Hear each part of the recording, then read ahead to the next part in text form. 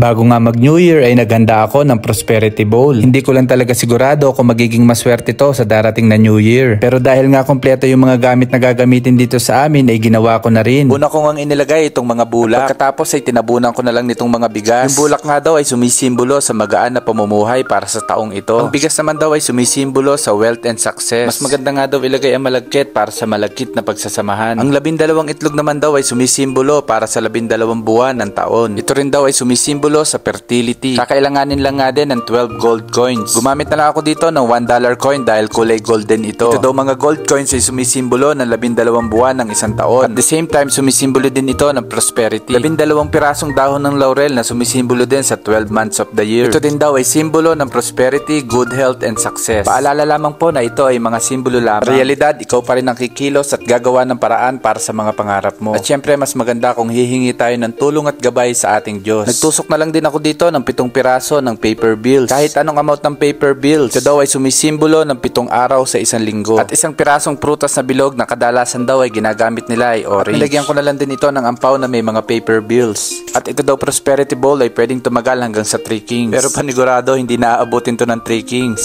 Dahil nga kailangan na rin yung mga bigas at kailangan na rin magbayad ng mga bills.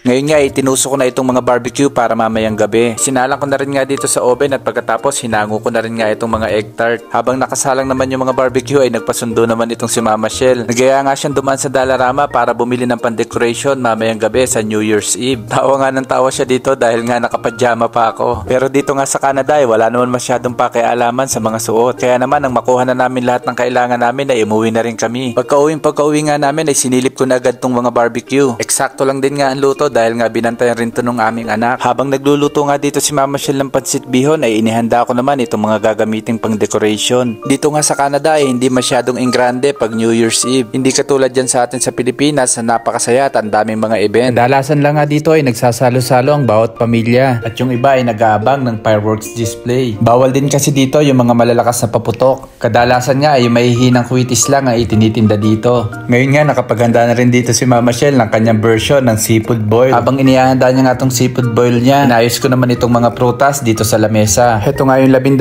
piraso ng iba't ibang klaseng mga prutas. At muntik pa nga hindi mapalagay itong dragon fruit. Ito pa naman yung pinakamahal dito sa mga prutas na ito.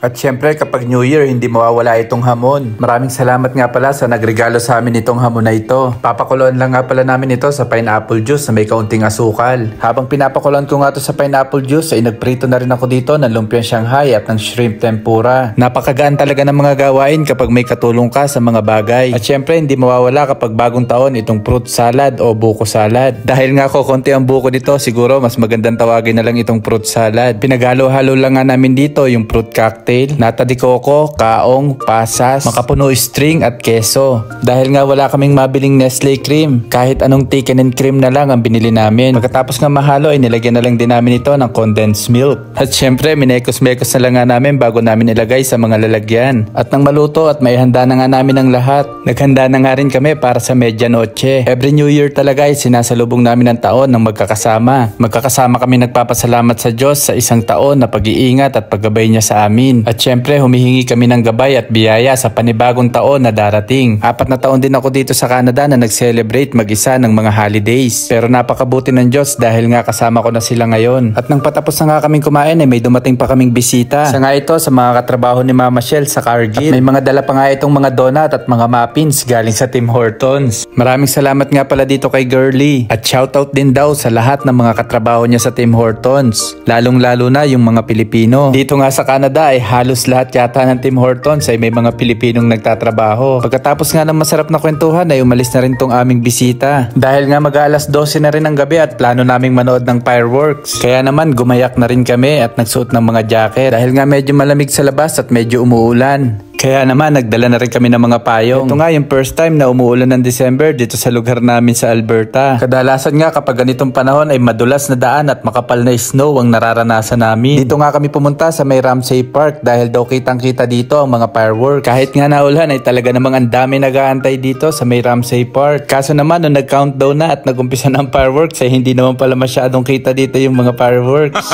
Kaya nga ang ending ay umuwi na lang kami at nagsindi na lang kami ng kwitis.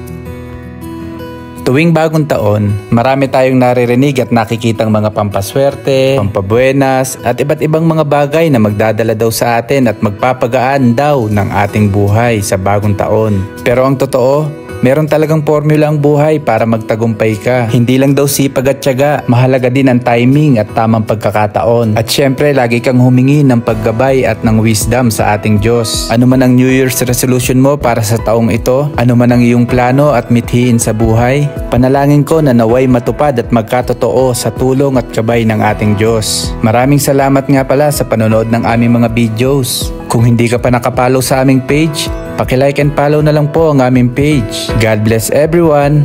Hanggang sa muli, sa uulitin.